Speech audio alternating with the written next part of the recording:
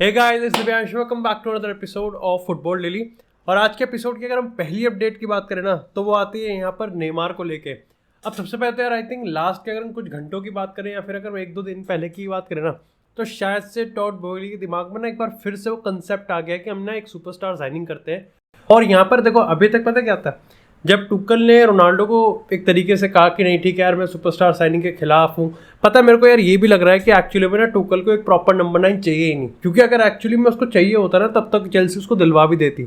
तो यहाँ पर एक सुपरस्टार साइनिंग प्लस अगर उसके ऊपर ये भी हो जाए कि टुकल और उस प्लेयर की सिनर्जी बैठ जाए तो सोने पे सुहागा हो जाएगा। और एक्चुअली में नेमार इस चीज़ को परफेक्टली फिट भी बैठता है। लेकिन चीज़ें एक्चुअली में इतनी स्ट्रॉबेरी और स्ट्रेट फॉरवर्ड है नहीं। अगर यहाँ पर हम कुछ पार्टीज़ की बात करें तो सबसे पहले तो यहाँ पर नेमार और गाल्टियर को मिलूंगा, दोनों को एक साथ में इसलिए ले रहा हूँ क्योंकि दोनों के जो इंटेंशन है वो बिल्कुल सिमिलर है कि नेमार को पीएसजी में ही रुकना चाहिए।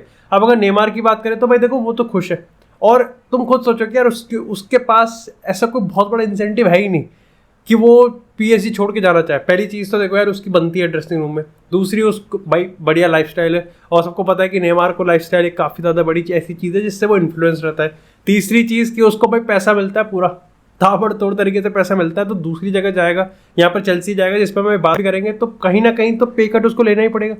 और गाल्टियर की बात करें तो अगर हम क्रिस्टोफर की बात करें तो वो पूरा एम्फोसाइज कर रहा है कि नेमार, मेसी और एम्बाप्पे की फ्रंट थ्री को मैं काम करवा के रहूंगा। और ऐसे में अगर पीएसजी के पूरे सिस्टम को देखें तो कलेक्टिवली वो एक ऐसे स्क्वाड बिल्ड कर रहे हैं जहां पर इन तीनों का मैक्सिमम निकल के आ सके। यानी कि वो जो हम प्ले स्टेशन की टीम कह रहे थे ना, अब उसमें कस्टम टैक्टिक्स लगाई जा रही है इस तरीके से कि वो PS4 की टीम एक्चुअली में खेल सके ताबड़तोड़ तरीके से, वो ऐसे नहीं कि डब्बे की तरह रुक जाए। साथ में अगर हम बात करें दो और की, तो अब यहाँ पर आती है पीएसजी की हायरार्की। अब पीएसजी की हायरार्की एक्चुअली में दूसरे तरीके से सोचती है। देखो, सबसे पहले तो वो चाहते हैं कि नेमार को हम साइन ऑफ कर दें अपने वेज बिल से और अपने इससे, तो यहाँ पर वो 50 मिलियन के आसपास का जो भी ऑफर होगा उसको सुनने के लिए तैयार है। लेकिन प्रॉब्लम यहाँ पर पीएसजी नहीं है, प्रॉब्लम यहाँ पर है वेज स्ट्रक्चर। अब अगर अकॉर्डिंग टू रिपोर्ट्स की हम बात करें, लगभग 650-700 यहाँ पर नेमार को मिल रहे होंगे, या फिर बहुत ज़्यादा, मतलब कुल मिला के तो मैं मान के चलो 50% तो कहीं नहीं गए। और जैसा हमने, अगर तुम इस चैनल के डेली मेंबर हो तो तुमको पता भी होगा, जब हमने मैनचेस्टर सिटी वाली चीज़ भी डिस्कस करी तब भी हमने ये कहा था कि वहाँ पर भी 50% वेज स्ट्रक्चर ही मतलब अलाउड है। यहाँ पर भी मेरे को लगता है कि चेल्सी हद से हद यहाँ पर 400 या 450 दे सकती है। तो ये लेकिन फिर भी बहुत बड़ा सिग्निफिकेंट वेज कट हुआ जो कि नेमार को लेना पड़ेगा। और जैसा मैंने शुरुआत में कहा, ऐसा कोई इंसेंटिव है ही नहीं उसके पास। मतलब ठीक है, अगर उस कल को कोई इससे कहे कि यार तेरे को चेल्सी में जाना है, क्यों, एक तो नया चैलेंज है, दूसरा ये कि तू उसकी सुपरस्टार साइनिंग हो गया, नहीं मेरे को बनना ही नहीं, इसमें मेरा क्या फ़ायदा, इससे मुझे क्या मिलेगा, वो तो ठीक है, वो तो उनका है ना। लेकिन इसी के साथ अगर बात करें आप थोड़ी सी यार इंडियन फुटबॉल की, तो भाई कल यहाँ पे सुप्रीम कोर्ट में हियरिंग थी जो कि ऑनगोइंग कंट्रोवर्सी चल रही है। अगर तुमने मेरी एक्सक्लूसिव एपिसोड नहीं देखा इंडियन फुटबॉल पे तो डू मेक श्योर जाके देखा करो यार जाके। उस पर बात व्यूज़ कम की नहीं है, बात एक्चुअली में इस चीज़ की कि तुमको इंडियन फुटबॉल में कितना इंटरेस्ट आ रहा है। दिस इज समथिंग मेरे को लगता है कि तुम अगर रेगुलर व्यूअर भी नहीं हो ना इंडियन फुटबॉल के या फिर कैजुअल हो, तब भी तुमको एक्चुअली में सारी चीज़ जानकारी होनी चाहिए। अब अगर हम सुप्रीम कोर्ट के समराइज में कर दूँ तो ये कल को कह सकते हो कि कल सेमीफाइनल वाली हियरिंग थी, यानी कि 28 जुलाई को एक्चुअली में फाइनल हियरिंग हो जाएगी, जहां पर हमको दो चीज़ें कंफर्म है। पहली चीज़ तो ये कि हमारा जो एएफए कॉन्स्टिट्यूशन है उस पर क्या ड्राफ्ट होने वाला है और उसको फाइनल कर देंगे, और ये कि हमारा जो डेमोक्रेटिक इलेक्शन होगा AIFF में, उसकी डेट्स भी हमको फाइनल हो जाएंगी। क्योंकि कल यार ये बात भी रखी गई थी सुप्रीम कोर्ट के सामने कि हम जो अंडर 17 वर्ल्ड कप ऑर्गेनाइज कर रहे हैं उस पर आँच आ सकती है अगर एक्चुअली में सितंबर तक, वो अक्टूबर में ऑर्गेनाइज करेंगे, सितंबर तक अगर एक डेमोक्रेटिक यूनियन वहाँ पर प्लेस नहीं की गई तो डेफिनेटली सबको पता है। वहाँ पर स्पोर्ट्स मिनिस्ट्री के जो स्पोक्स पर्सन थे उन्होंने भी ये चीज़ कहा कि ऐसा होना बिल्कुल अवॉइड करेंगे हम। और उन्होंने इस चीज़ को भी कहा कि कुछ भी हो जाए फीफा बैन नहीं लगने देंगे, मतलब सारे काम इस तरीके से करेंगे, इस डेडलाइन और इस फ्रेमवर्क के अंदर करेंगे कि कुछ ऐसी बकचोदी होनी नहीं चाहिए। इसी के साथ यहाँ पर अगर FSDL की बात करें, कमर्शियल पार्टनर्स की बात करें, तो सुप्रीम कोर्ट ने यहाँ पर यह भी कंफर्म कर दिया कि हम देखेंगे, मतलब मामले की करेंगे जांच पड़ताल, वो करेगी COA जो कमेटी है, और विल मेक श्योर कि डेफिनेटली तुम्हारा जो कॉन्ट्रैक्ट का है वो कुछ ब्रीच वगैरह ना हो। लेकिन हम कॉन्ट्रैक्ट में इसमें घुसेंगे नहीं क्योंकि डेफिनेटली वो वहाँ पर उनकी एक्सपर्टीज़ नहीं है, तो उन्होंने कहा कि कॉन्ट्रैक्ट का तुम बाद में देख लेना। यहाँ पर ये भी बताया गया कि ड्राफ्ट में काफ़ी सारे स्टेट एसोसिएशन की हम बात करें, बाकी के जितने भी एडवाइसेस हैं वो भी यहाँ पर लिए गए हैं, और लगभग आई थिंक 150 से 200 के आसपास का शायद से जो ऑब्जेक्शन था वो उठाए गए थे। COA ने सारे एक्सेप्ट करे हैं। COA इस समय सारी चीज़ों को फॉर्मुलेट कर रहा है, कम्युलेट कर रहा है, और उसके ऊपर यहाँ पर डेफिनेटली एक फाइनल ड्राफ्ट हमको यहाँ पर मिल सकता है। अच्छी चीज़ है। मेरे को लग रहा है कि जैसा मैं हमेशा ट्विटर की बात करें या फिर वीडियो की बात करूँ, मैं लास्ट में हमेशा यही चीज़ कह रहा हूँ कि डिसीजन कोई भी हो, ना ही ये किसी एक पार्टी के फेवर में होना चाहिए, ना ही ये किसी एक पर्सन के फेवर में होना चाहिए। भाई ये सिर्फ एक ही चीज़ के फेवर में होना चाहिए और वो है इंडियन फुटबॉल। उसके अलावा मैं कोई और रीज़न देखता नहीं हूँ, मैं कोई और चीज़ देखता नहीं हूँ जहाँ पर इसको एक्चुअली में बेनिफिट करना चाहिए। लेकिन इसी के साथ बात करते हैं अपनी नेक्स्ट अपडेट से, और वो आती है यहाँ पर क्रिस्टियानो रोनाल्डो से। और सबसे पहले मैं यहीं पर ही डिस्क्लेमर दे देता हूँ कि मैं बात करूँगा आगे रोनाल्डो की ट्रांसफर अपडेट पे। तो तुमको अगर बोरियत लग रही है, जो 3-4 लौंडे लपाटे हैं, तो तुम भाई आगे चलो, मैंने टाइम दे रखा है, उसका थोड़ा इस्तेमाल कर लो, टेक्नोलॉजी में थोड़ा सा आगे आ जाओ। अब सबसे पहले अगर रोनाल्डो की बात करें तो यहाँ पर 2 ही ऑप्शंस निकल के आते हैं, या तो एथलेटिको मैड्रिड है और या फिर मैनचेस्टर यूनाइटेड है। और कल काफ़ी सारे मैं कहूँगा कि रिपोर्टर्स, चाहे वो इंडिपेंडेंट हो चाहे वो मेन स्ट्रीम हो, उन्होंने इसके अब अपडेट दी। सबसे पहले पेड्रो की हम बात करें, जो कि पोर्चुगीज़ प्लेयर और पर्टिकुलरली पोर्चुगीज़ मीडिया में काफ़ी ज़्यादा रिलायबल है। उन्होंने भी यहाँ पर ये चीज़ कहा कि चेल्सी और यहाँ पर एथलेटिको मैड्रिड, ये 2 ऐसे क्लब्स हैं जो कि बहुत ही कम दूरी पर हैं एक्चुअली में क्रिस्टियानो रोनाल्डो को साइन करने में। और चेल्सी का मेरे को लगता है कि चेल्सी है भी, क्योंकि बस वहाँ पर टूकल की एक ना थी। तो कल को अगर टूकर आया कहता है कि ठीक है, मैंने एक ऐसा प्रोजेक्ट बना लिया है, मेरे पास एक ऐसा आइडिया है कि मैं रोनाल्डो को इन्फ्यूज़ कर सकता हूँ, तो वो तो खुशी खुशी रोनाल्डो को साइन कर लेगा।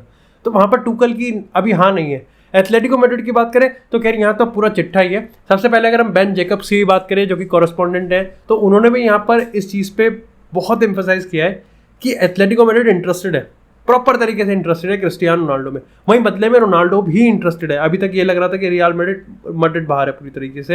एथलेटिको मैड्रिड की बात करें तो उनको ये पता है कि फाइनेंशियली डील क्राफ्ट करना बहुत मुश्किल है, और ऐसे में लेकिन वो ये भी मानते हैं कि अगर फाइनेंशियली एक दिक्कत है ना, मतलब देखो, एथलेटिको मैड्रिड को रोनाल्डो साइन करना है, रोनाल्डो को एथलेटिको मैड्रिड ज्वाइन करना है, दोनों के बीच में सब है, वो पैसा भी देने को तैयार है। बस यहाँ पर मतलब फाइनेंशियल एक प्रॉब्लम है कि ठीक है, हमको फाइनेंशियली चीज़ें स्पेस करनी है अपने वेज बिल में, हमें अपना थोड़ा सा ट्रांसफर बिजनेस करना पड़ेगा। तो यहाँ पर वो ये मानते हैं कि एथलेटिको मैड्रिड के पास पूरा समर ट्रांसफर विंडो है, एक्चुअली वो चीज़ क्राफ्ट कर सकते हैं। अब इससे एक चीज़ तो कंफर्म हो गई कि शायद से रोनाल्डो वाली डील ना लास्ट तक खींच सकती है, जो कि ना ही रोनाल्डो के फेवर में होगी और ना ही कहीं ना कहीं यहाँ पर मैनचेस्टर यूनाइटेड के फेवर में होगी, और मेरे को लगता है ना ही वो एथलेटिको मैड्रिड के फेवर में होगी। तो एथलेटिको अगर एक्ट करना है तो मेरे को लगता है उनको जल्दी से जल्दी एक्ट करना पड़ेगा।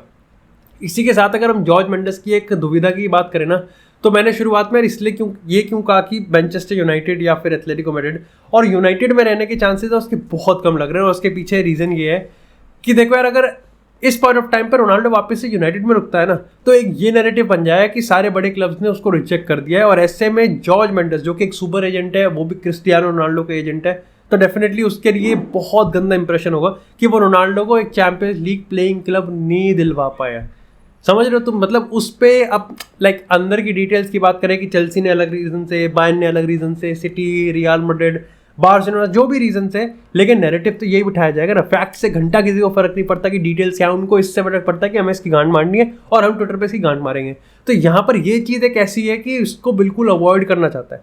हाउएवर आई थिंक अगर हम इनसाइडर रिपोर्ट्स की माने तो एरिक टेन हैग अभी भी अपने स्टैंड पे बिल्कुल अडिग है कि वो रोनाल्डो को यूज़ करना चाहता है। रोनाल्डो नाउ नोज कि ठीक है, एरिक टेन हैग है, वो एरिक टेन हैग को प्रेज भी करता है, एरिक टेन हैग को अप्रिशिएट भी करता है, यूनाइटेड में भी आना चाहता है, लेकिन उसको एक चीज़ और है, और वो ये है कि वो चैंपियंस लीग फुटबॉल के साथ साथ एक्चुअली में एक ऐसी टीम में खेलना चाहता है जो कि उसको सपोर्ट करे, जो कि एक पूरे गेम की सारी रिस्पॉन्सिबिलिटीज उसके कंधे पे नहीं आनी चाहिए, बल्कि बाकी भी थोड़ा सा डिवाइड करें। क्योंकि अब मैंने ये चीज़ क्यों कही कि लास्ट तक जाएगा ना, तो ना रोनाल्डो के लिए अच्छा है और ना ही किसी और के लिए अच्छा है। वो इसलिए क्योंकि वर्ल्ड कप की हम बात करें ना, तो वर्ल्ड कप में यहाँ पर उसको अपना पीक फॉर्म मेंटेन करना है, और उसके लिए ही has to be sharped, ripped up होना पड़ेगा। ऐसे में प्री सीजन ऑलरेडी मिस कर दिया, और रिपोर्ट्स के हिसाब से टेन हैग मार्शियल को ही खिलाने वाला है अपने प्रीमियर लीग के ओपनिंग मैचेस में, जो कि मेरे लिए बिल्कुल सेंस बनाता है। क्योंकि even if I am a Ronaldo fan, मेरे को ये चीज़ तो माननी पड़ेगी कि टेन हैग प्रमोट कर रहा है मेरिटोक्रेसी को। मेरिट पे आओ, आप अच्छा खेल रहे हो। अब रोनाल्डो है ही नहीं ना प्री सीजन में, तो अवेलेबल ही नहीं है, तो ना टेन हैग ने रोनाल्डो के साथ काम किया है, ना रोनाल्डो ने टेन हैग के साथ काम किया है। तो ये इस समय की सिचुएशन बन रही है। एथलेटिको मैड्रिड का मेरे को लग रहा है कि यार चांस है, बट मैं तो अभी भी इस चीज़ पे बिलीव करता हूँ कि रोनाल्डो को यूनाइटेड में ही रुक जाना चाहिए। नॉट बिकॉज की सिचुएशन ऐसी है, बट कि बिकॉज की मेरे को लगता है कि उसके लिए वही बेस्ट बिजनेस है। बट अगेन भाई, इन फुटबॉल मेरे आपके और किसी 4-5 हज़ार लोगों के बोलने से भी कोई फ़र्क नहीं पड़ता, घंटा कुछ फ़र्क नहीं पड़ता।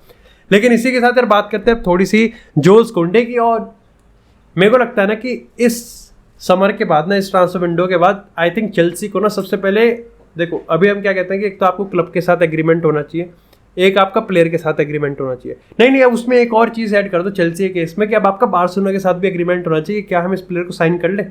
अगर तुम्हारे ट्रांसफर लिस्ट में नहीं है ये, तो हम इसको साइन कर सकते हैं या नहीं कर सकते हैं। अब हुआ है यार, देखो अभी भी मेरे को लगता है कि मामला गर्म है, लेकिन जो चीज़ 50-50 लग रही थी, या फिर मैं कहूँ कि 60-40 लग रही थी चेल्सी के फेवर में, वो अब 70-30 लग रही है एज इन माई ओपिनियन, कि 70 बार्सा के फेवर में। और उसका सबसे बड़ा रीज़न ये है कि जहां पर पहले हमको ये न्यूज़ मिलती है कि सविया के प्री सीजन टूर जो होने वाला था उसमें जोस कोंटे को बाहर कर दिया गया, जो वो पोर्चुगल गए, लेकिन एक्चुअली में यहाँ पर वो ऑल ऑफ अ सडन फिर कुछ टाइम बाद हमको एक खबर मिलती है कि वो पोर्चुगल के साथ प्री सीजन पे चला गया। अब ऑफकोर्स इसका मतलब ये था कि यहाँ पर अब देखो तुम ऐसा मान के चलो कि एक प्लेयर है वो क्लब में जा रहा है, ठीक है, और side by side pre season. Bayern Lewandowski prime example है, बायर्न प्री सीजन के लिए जा रही थी, प्रेजेंटेशन था, निपटा दिया लेवेंडोव्स्की, वो बाहर से चलते बना, है ना। अगर अब उसी टाइम पे वो उसको प्री सीजन ले जाते तो कम से कम 12-15 दिन गए, जितने भी दिन गए, लेकिन वो गए ना। तो यहाँ पर भी सेम केस होता हुआ दिख रहा है कि जोस कोंडे वहाँ चला गया तो चेल्सी का तो पत्ता कट गया ना। चेल्सी को जो लग रहा था जो चीज़ हम 24 घंटे 48 घंटे में डील निपटा सकते थे, अब सालों ने लटका दिया। और क्यों लटकाया सबको पता है कि यहाँ पर सविया और जोस कोंडे खुद बार्सिलोना के ऑफर का वेट कर रहे थे, और क्योंकि बार्सिलोना ने अब अपना सेकंड इकोनॉमिक लेवर एक्टिवेट कर दिया, जिसके चलते उनको 6 स्ट्रीट से लगभग 200 मिलियन मिलेंगे, और वापस से बार्सिलोना 1:1 के रूल पे अब आ गई है। तो काफ़ी लोग में आप में से मिसकंसेप्शन था कि आ चुकी है, नहीं भाई अब आई है वो सेकंड लेवर एक्टिवेट करने के चलते, और इसी के साथ वो 200 मिलियन एक्चुअली में अब वो साइनिंग में इन्वेस्ट कर सकते हैं। तो ये एग्रेसिव अप्रोच जो है जो बार्सिलोना का, वो हमको आगे भी दिखता हुआ मिल सकता है। और कुछ घंटे की, मेरे को लगता है कुछ चंद घंटे की देरी है जब बार्सिलोना एक्चुअली में जोस कोंडे के लिए एक ऑफिशियल ऑफर भी डाल देगी। तो डेफिनेटली इट इज़ समथिंग जो कि मेरे को लगता है कि चेल्सी के लिए एक सेटबैक है। और मतलब चेल्सी का प्री सीजन यार थोड़ा सा डगमगा गया, क्योंकि एक्चुअली में ना तो यार वो अपने आउटगोइंग्स पर थोड़ा ध्यान दे पाए, ना ही वो एक्चुअली में इस चीज़ पे मैक्सिमम पोटेंशियल के साथ काम कर पाए। क्योंकि प्री सीजन की बात करें तो मतलब चेल्सी को जिस तरीके से रीबिल्ड चाहिए था वो रीबिल्ड भी अभी तक एक्चुअली में नहीं हो पाया, और टुकल के पास ज़्यादा वक्त है नहीं, क्योंकि प्री सीजन खत्म होने वाला है, just round the corner Premier League season यहाँ पर स्टार्ट हो जाएगा। तो चेल्सी थोड़ी सी डिसअपॉइंटेड होगी, थोड़ी सी नहीं ज़्यादा डिसअपॉइंटेड होगी। और एक बार फिर से भाई बार्सिलोना ने इस प्लेयर कन्विक्शन पैशन वाले गेम के चक्कर में तो भाई चेल्सी को हरा दिया है। लेकिन इसी के साथ यार बात करते हैं अब उन अपडेट्स की जो कि ब्लॉकबस्टर तो नहीं है लेकिन इक्वली इंटरेस्टेड है। सबसे पहले तो भाई इस समय एरन रैमजी और यूवेंटस अपना कॉन्ट्रैक्ट टर्मिनेट कर सकते हैं म्यूचुअली, क्योंकि एलिगरी के प्लान्स में रैमजी है ही नहीं। और अगर रबाया की बात करूँ तो ना वो मेरे को अच्छा मतलब दिख रहा है उस समय एलिगरी के प्लान्स पे, इसी के साथ रैमजी की। तो ये वो प्लेयर्स थे जो कि रोनाल्डो के यूवेंटस वाले टाइम में थे। तो जस्ट लाइक आप में से काफ़ी लोग जो बोलते हैं ना कि रोनाल्डो ने यूवेंटस को डिस्ट्रॉय कर दिया, ये वो मिडफील्ड है। आज के टाइम पे वो मिडफील्ड को इन्होंने मॉडिफाई करके क्या करा, पोग्बा, लोकाटेली और जकारिया वगैरह लेके आए हैं। बाकी ठीक है, ये तो अपना प्रोपागेंडा होता है। इसी के साथ अगर हम बात करें नेक्स्ट अपडेट की, तो यहाँ पर आफ्टर साइनिंग डिबाला, अब यहाँ पर जोसे मोरिनो का मन ये कहता है कि भाई ठीक है, हम तो जीनी वाइनाल्डम और मोरो इकार्डी को भी पीएसजी से उठाना चाहते हैं। अब इकार्डी का केस मेरे को थोड़ा सा डगमगाता हुआ लग रहा है, लेकिन वाइनाल्डम एक ऐसा केस है जो कि यहाँ पर रोमा बिल्कुल ही रैप्ड अप कर सकता है बहुत आराम से। साथ ही साथ अगर थर्ड उसकी बात करें तो यहाँ पर जेसे लिंगार्ड ने नॉटिंघम फॉरेस्ट के लिए 1 साल की डील साइन कर ली है, और यहाँ पर लगभग बताया जा रहा है कि 200,000 की वेजेस है। ये एक्चुअली में उससे भी ज़्यादा है जो कि वेस्ट हैम देने को प्रिपेयर कर रही थी। तो भाई है भाई, कुछ भी हो सकता है फुटबॉल में। लाइक जेसे लिंगार्ड वो समवन जो कि मेरे को लगता है कि वेस्ट हैम में अच्छा फिट होता, न्यूकासल पे भी ऑफर था, बट ऐसा हुआ नहीं एट दी एंड। यहाँ पर जेसे लिंगार्ड ने नॉटिंघम फॉरेस्ट के लिए साइन कर दिया। बाकी that's it for this episode guys. I hope आपको एपिसोड पसंद आया। एपिसोड को लाइक करें, चैनल को सब्सक्राइब करें, और आपको इसी तरह फुटबॉल से एक्सक्लूसिव कंटेंट और चाय मिलती रहेगी। तब तक के लिए stay tuned, stay safe and I see you in the next episode.